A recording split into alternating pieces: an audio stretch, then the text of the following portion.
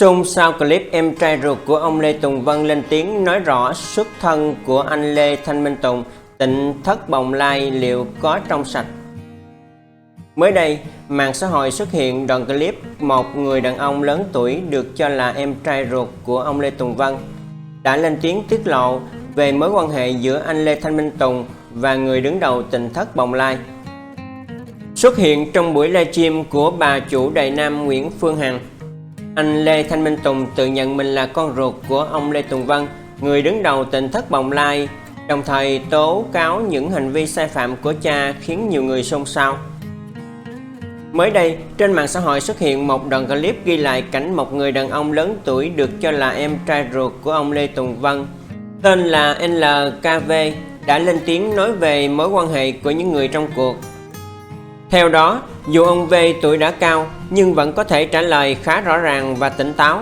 Ông cho biết mình là con trai thứ ba trong gia đình Lê Vân và là em trai ông Lê Tùng Vân. Khác với người em trai thứ năm thường xuyên qua lại thì ông Lê Tùng Vân chưa từng đến thăm bởi hai anh em không hợp tính. Bên cạnh đó, người này cũng tiết lộ những thành viên sống trong tỉnh thất bồng lai có cách xưng hô khá khác biệt khi con lại gọi ông Vân là ông nội chứ không gọi là cha, vợ thì ông ấy gọi là đệ tử. Đáng chú ý, ông V cũng nói về gốc gác của anh Lê Thanh Minh Tùng. Theo đó, anh Minh Tùng được nhận nuôi từ bệnh viện Từ Vũ chứ không phải là con ruột của ông Lê Tùng Vân như thông tin trên livestream trước đó. Lê Thanh Minh Tùng là ở bệnh viện Từ Vũ, sinh ở bệnh viện Từ Vũ. Người mà đẻ không nuôi được, người ta cho. Ông V cho biết. Theo bài viết trên trang cá nhân, anh Lê Thanh Minh Tùng cũng đã xác nhận người trong video này chính là chú ruột của mình và là em ruột của người đứng đầu tỉnh thất bồng lai. Thế nhưng, những thông tin mà ông V cung cấp lại hoàn toàn trái ngược với những gì anh Tùng nói trước đó khi tự nhận mình là con của ông Lê Tùng Vân. Bên cạnh đó, hôm nay thứ Năm lúc 14 giờ sắp tới, bà chủ Đại Nam Nguyễn Phương Hằng cho biết sẽ cùng với trên dưới 50 người đến tận tỉnh thất bồng lai. Tôi đã báo cáo với công an địa phương về chuyến đi thăm lần này.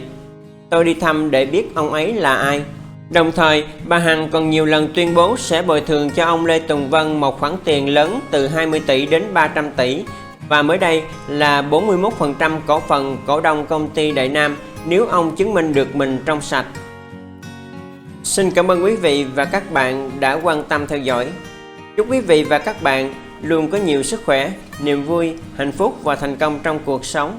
Xin kính chào và hẹn gặp lại. Nghe mấy đứa nhỏ là con ông Lê Tùng Vân mà ông á không phải con ổng mà.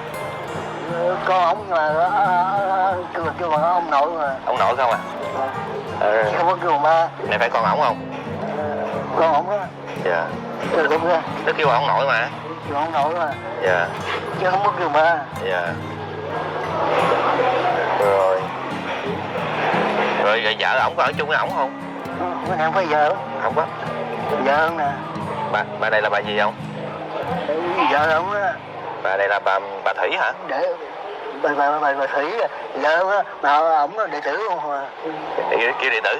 Vợ thì kêu bằng sư phụ, mà con thì kêu ông nội. Con ông nội. Hai này vợ ông nè. Dạ. Ủa? Rồi còn bà này?